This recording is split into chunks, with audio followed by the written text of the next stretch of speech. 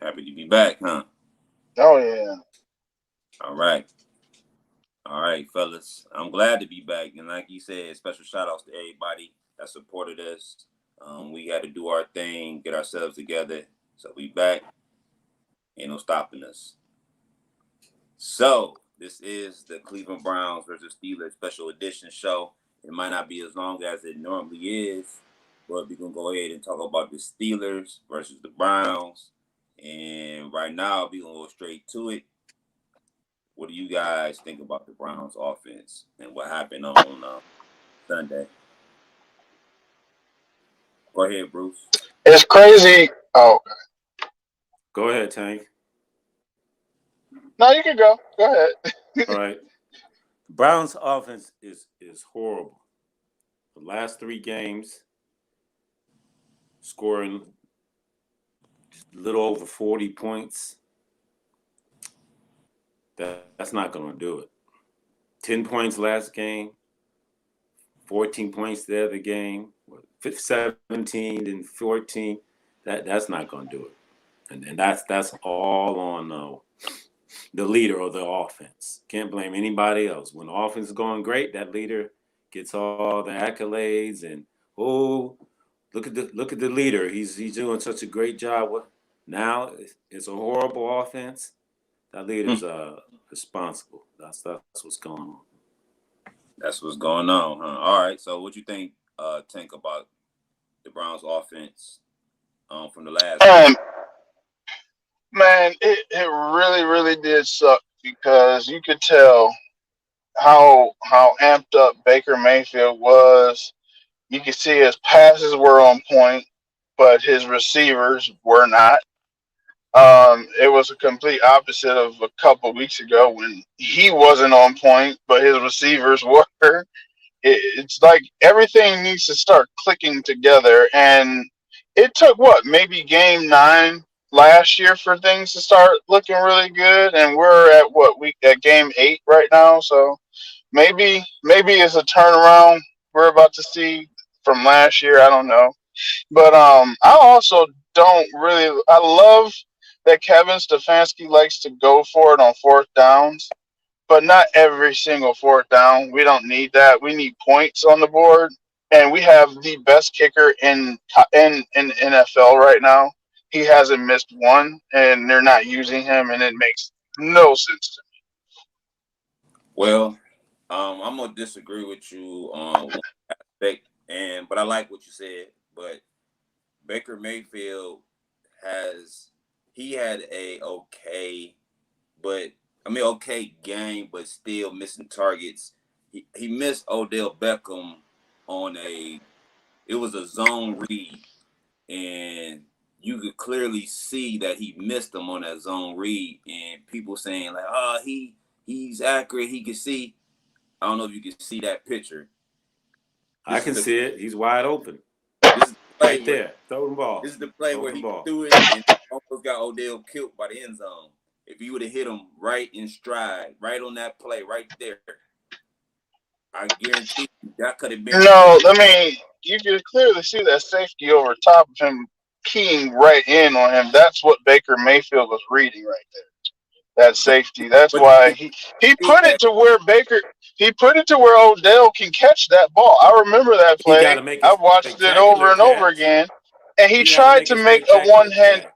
he tried to make a one-handed catch. If he would have put both his hands out, he would have caught He Okay, that didn't and we couldn't would have make a scored the two-handed catch touchdown. on hey, that. It hey, was out of Tank, his reach. real No, quick, he Tank. if he would have put the two hands out, he would have caught that ball. All I right, remember that play. Tank, Tank. Let me So rewind now that. you're gonna question that. You're gonna question the way he catches past the ball. He should have used two hands. The man can make a one That's hand what I'm catch. saying. He should, if he would have put two hands out, he would have caught that ball. Obviously But he the just pass used was one out of hand. his radius. All right, The pass was out of his radius.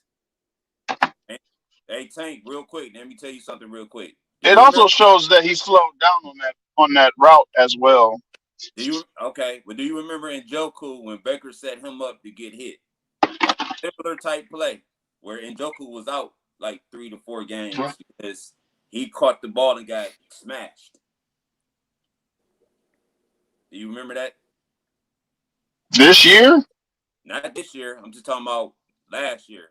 similar type Oh, where he threw the ball into traffic versus catching Njoku in the route. That's what we're talking about. We're not talking about Odell caught it with two hands. We're talking about throwing it to him while he's in between the zone. And you can see it clearly. He's in between the zone. The ball has to come out right there in the zone. oh, yeah. Yeah, I still say that Odell definitely could have caught that if he would have put both hands up for that one. Not sacrifice his soul to catch the ball. That was kind of a sacrifice right there. Landry dropped plain balls. You can't because Oh Odell yeah, got one thrown to him, the and he's the reaching out with one one hand. And come on, that's not his problem. I mean, he and tried to make the he catch, he wasn't. couldn't make it. Yeah, Jarvis wasn't. Landry flat out dropped the ball. Hooper flat out dropped the ball. So you can't say Yeah, anything about Odell on those passes. He's trying to make a play. and Hooper in the end zone, man. That ball, they showed that over and over. The ball just went right through his hands. He got both hands on it, and just sailed right through his hands. Now that's poor No, mechanics, no, but he man. did that. He did It that in is. preseason too. He was dropping Yeah, he did passes a wide lot. open in preseason. He did. I don't know what's up with Jarvis. It could be his shoulder bothering him or something, but he's fumbling the ball. He normally doesn't do that. Missing passes. Why you throwing it to him if his shoulder's bad? He's not the go-to receiver. You got to pick I somebody would like else. to see. I would like to see them utilize more Higgins and Schwartz because I think Donovan Peoples-Jones was out that game last week with that Yeah, groin he injury. didn't go to Felton hardly at all, Or and then he Felton, never yeah. saw past the Schwartz. So what's going on? They just got to start utilizing their team more. Yeah. And we ran out of time. This is it. This is last week. After that, we're done. All right, so look, let's talk about the Browns defense. All right, I'm going to touch base on what I feel about the defense first. Then, I'm not happy with the defense, but I'm not mad at the defense as much as I'm mad at the offense. But the defensive schemes could be way better than what they are, and now I understand why we were playing so far back on some of those plays defensively. It's a third down and like 5, and we're giving 10-yard cushions. I just didn't understand. What did you see, Tank? To me, that has a lot to do with personnel. I mean, I'm happy with the people that we have. I am, but I need to see at least one more big monster out there that can hit a tight end. Not have to count on Myles Garrett to chase the guy or Jadavion to chase a guy.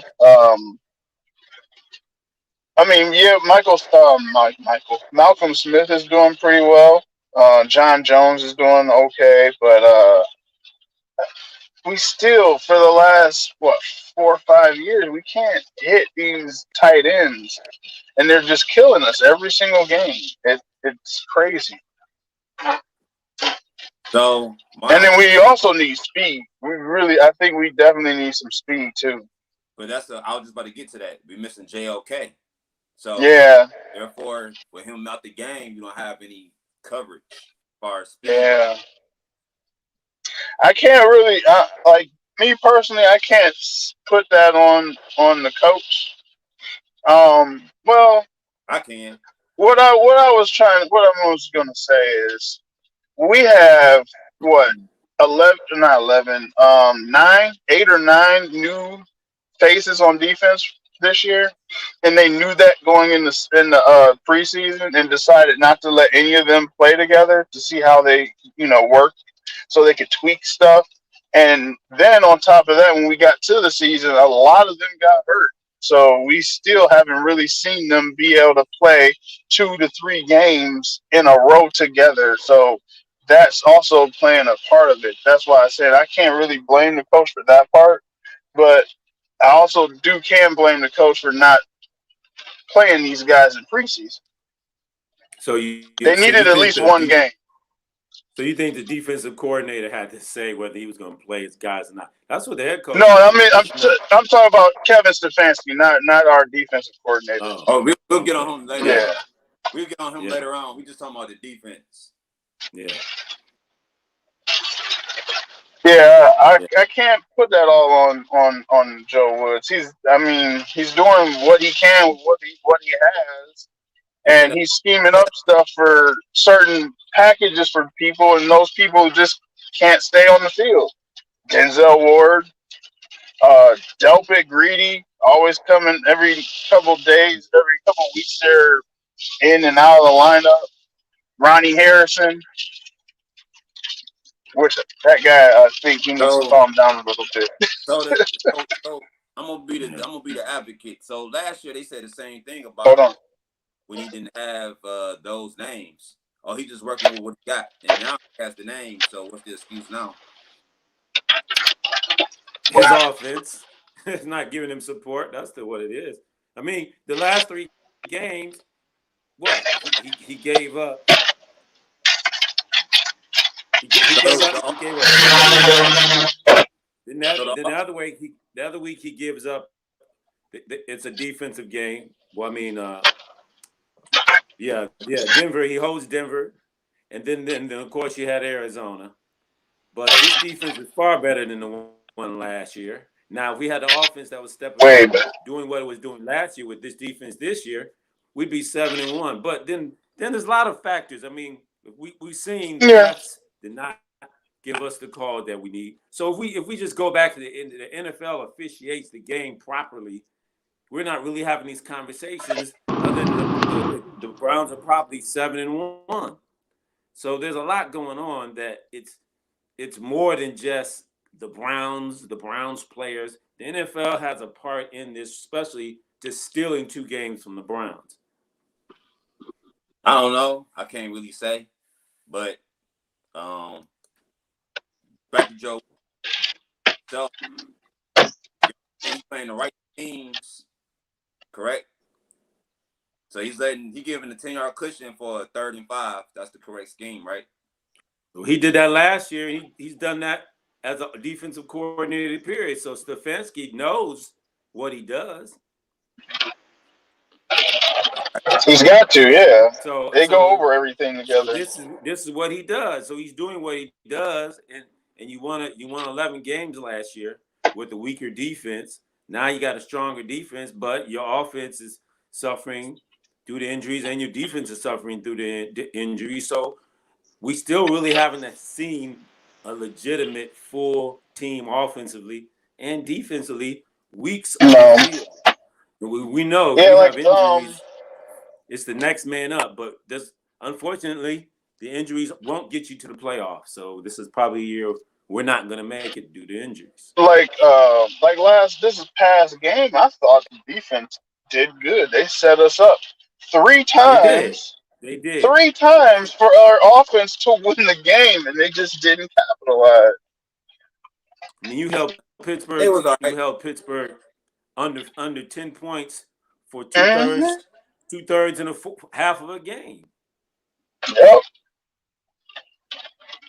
I mean, Pittsburgh. I think Pittsburgh averaging 20 points. Pittsburgh is playing trashy as usual. Well, that's what they are averaging 20 points for the year. So we even kept them under average. But if our offense, I mean, Baker Mayfield has thrown 1 touchdown in the last 3 weeks. So, all right, here's the next thing for y'all. What grade do you give Coach Stefanski? For this year, I got to give him a C. A C. He's bordering C- because if we lose to Cincinnati, that's a straight D. I was gonna say a B. You giving him a B? I don't know. I would say a B. He's at 500. It went from an A for me to a B. All right. I'm going back to what I was. There's 2 things for me. Knowing that Baker Mayfield's injured the way he is, I would have started Case Keenum. And Of then on course. top of that, the whole fourth down things. The whole fourth down thing is upsetting me. I'm glad that we finally have a coach that goes for it on fourth down, but we don't need to go for it 90% of the time on fourth down when we have a great kicker. Well, Finally, like you said, finally. you're leaving points on the board, and we got a decent kicker now. Yep. With that Pittsburgh game, we go up 6-0 in a defensive struggle.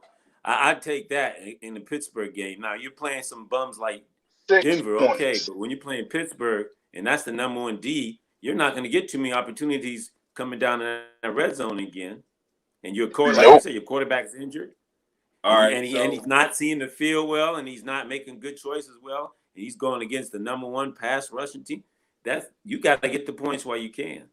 So based on your criteria, how did you come up with your grades? Because I didn't get my grade yet, but I wanted to ask you guys, well, how did you come up with a B and you said a C?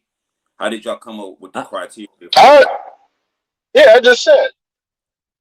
Based upon the record, based upon his management of the situation, now we know. Right now he's teetering a D because right now his classroom is okay. like, See, I felt like he was a D minus. I felt like he was a D as in dog, D minus. Well, D minus would be like he just ain't come to class now. Come on. No, I'm giving him a D minus with a simple. Listen, you said you ain't even showing up to class, so you're not even showing up to practice. I'm going off.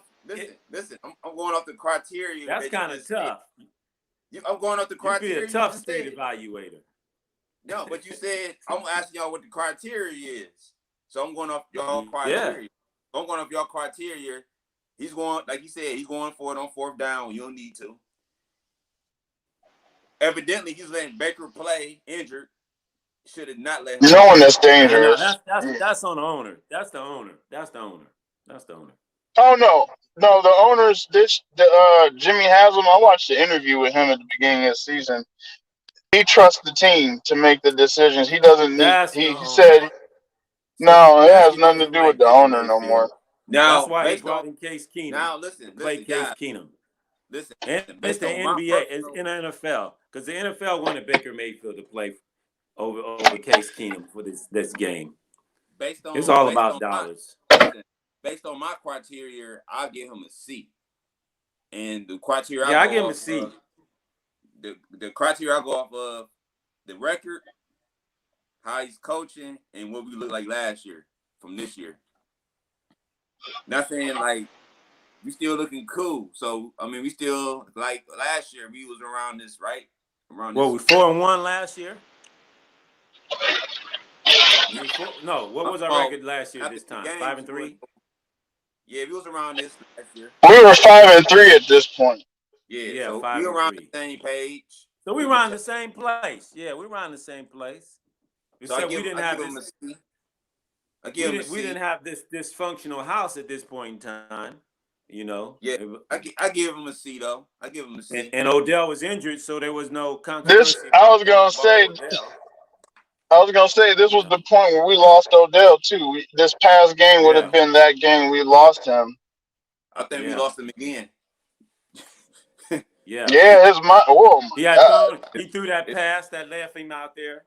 If Baker, and I'm gonna say we ain't gotten to that part yet, but yeah, I mean there are circumstances in that lead to this, but I think we're being kind of generous right now as what the breaking news today. So yeah, he's teetering below a C, but we'll find out after this Cincinnati game because he's gonna have to really coach. Should Baker be our QB? Oh, no doubt about that. Not injured. No, he should have came. He should be out. Ago. Yeah, they should have when he came in. He should have been. Yeah, at least if he doesn't want to get the surgery and he'll be out for the rest of the season, then definitely let him sit for 3 to 4 weeks going into the bye week. What are we, week 13 for our bye week? And then have him come back after that, see how much he can heal up.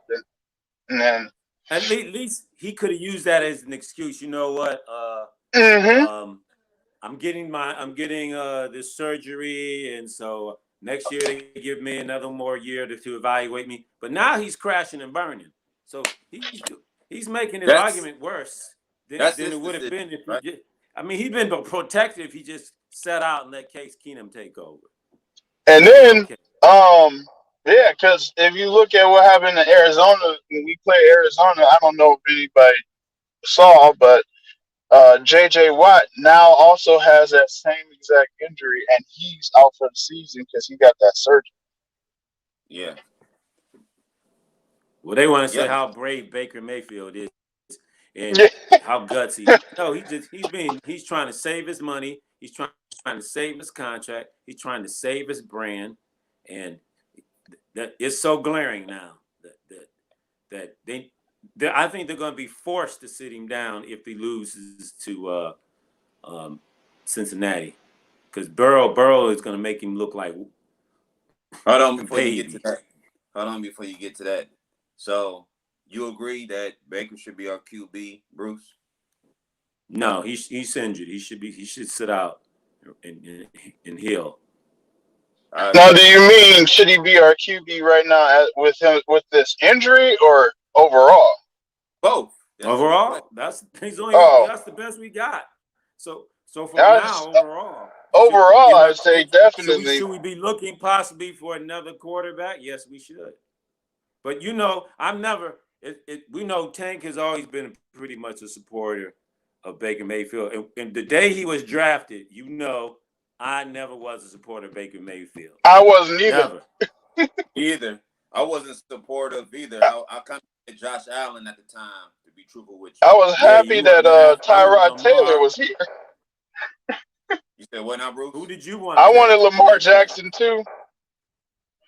I wanted Lamar Jackson in that draft too. So we never changed our position on Baker Mayfield. We said he was a bum then, and now he's got a bum arm. Well, like you said, we're not saying he's not a good quarterback in the NFL. We're saying compared to being a number one draft choice and compared to his peers, he's the bottom of the class. Yeah, he's underperforming. Basically. He has underperformed. He's one game over 500. One game. Lamar is glaring. Lamar has broken records. He has the record for the youngest wins. Good. And Josh Allen has been looking good since his rookie year. That's right. So it's like even Sam Darnold, who struggled for two bad teams, he's improving. Yeah, he's a bum. No. he had 3 really good games, and I tried to get him on fantasy, and I did get him on fantasy, and he's just been tanking ever since. He had 98 yards that game I picked him up. And he's been looking worse and worse ever since. I got him as my backup. I was gonna. They're talking to that. They're saying that Cam Newton might come back to them. I don't know if that's true or not, but there was a rumor that was posted by I think Ian Rappaport this morning. I mean, look, Sam Darnold, like you said, he's only good with McCaffrey in the lineup. When McCaffrey left, he stunk ever since. Yeah, I saw that stat too. His record's a lot better. But I mean, all you got to do is just toss, hand him the ball or give a little toss to him. Yeah, give a little toss to him. Exactly. All right, fellas. Last thing: Cleveland Browns versus the Cincinnati Bengals this Sunday. They're gonna be in the jungle. Who y'all got? And what's the score going to be? Go ahead, Tank. I think the Browns can win and redeem. I think this is a redemption game for them, and they're going to just come out on fire, and we're going to finally see things clicking. But who's the quarterback? What'd you say? Who's going to be the quarterback?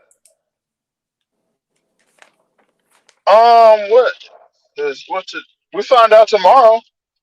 If they're gonna set him out or not. I mean, either quarterback, we're gonna win the game. I think we'll win the game. So what you And I think? say I say 31-18.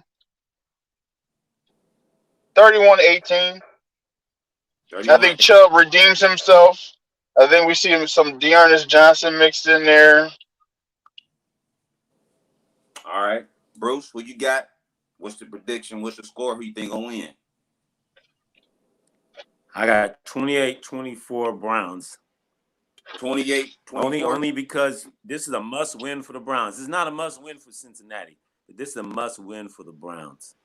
And these guys, they got a show. Baker Mayfield, he threw the ball decent last week.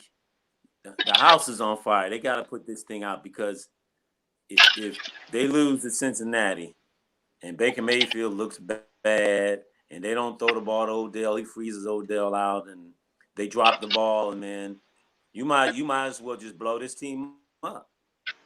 Yep. So my just blow this prediction. team up because My prediction is 27-20 Cleveland. That's my prediction. 27-20 Cleveland. we're 27. close. We're close. Yeah. Yeah, we all close on the points. Kind of close. You said 27 to what? 27-20 Brown. 27-20? Oh, okay. My earpiece kept on going in and out. You said 20? 27-20. Yeah, 27-20. Browns gonna win 27-20.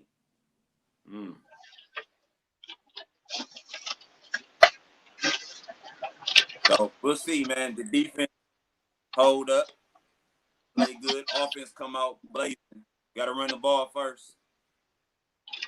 That's how I look at it. Well, this offense is going to try to stretch the field. They're not going to be trying to dink and dunk. So if the defenses, both of these defenses don't show, it's going to be a shootout, more than likely. And we don't know whether it's either going to look like the Arizona game or it's going to look almost like this one with Pittsburgh. But I think this is a sense of urgency for the Browns. So I'm going to go with that. They're going to fight. It might not make a difference for the rest of the season, but I think they're going to fight for this coming up. All right, y'all. So all right, here it is. This is the last thing we're going to discuss before we all leave. I'm going to just throw it up on the screen. And it was a few comments today on Instagram from the father's post about OBJ. He said his son was open a lot, and he showed every game that the Browns played that OBJ played in, and he showed a lot of plays to where Baker did not throw him the ball, and then most of them was intermediate, like 5 yards or less, 5 to 10 yard routes where he was wide open. What do you think about his father responding and taking up for his son? He's a dad. He's gonna do that. We've had that problem before. Then a quarterback's father get angry at the Browns coach at one point. Colt McCoy. As well. Yeah, Colt McCoy's dad. That was Colt McCoy. Colt McCoy's dad. Mm-hmm. Just trying to start stuff, and I mean, he's basically saying the same thing everybody's been saying. I'm sure OBJ has also been looking at those videos. They've been looking at that in practice and in film room and stuff like that too. So they already know he didn't really need to do that. But when Colt McCoy's father stepped up, nobody said Colt put his father up to it. Yeah, I don't think OBJ put his dad up. I don't think he needed to. No, he didn't. That's just something people said. They didn't do that. His dad's a competitor too. Because he ain't Odell hasn't said anything this whole time, hasn't made any stink, and so now this is the only evidence they can use that Odell is upset. He ain't said nothing. Trust me, Juice is like he's a coward. You gotta use his dad under to speak control. Up for him. Hey, Juice got him under control. He's like, chill out, you know what I'm saying?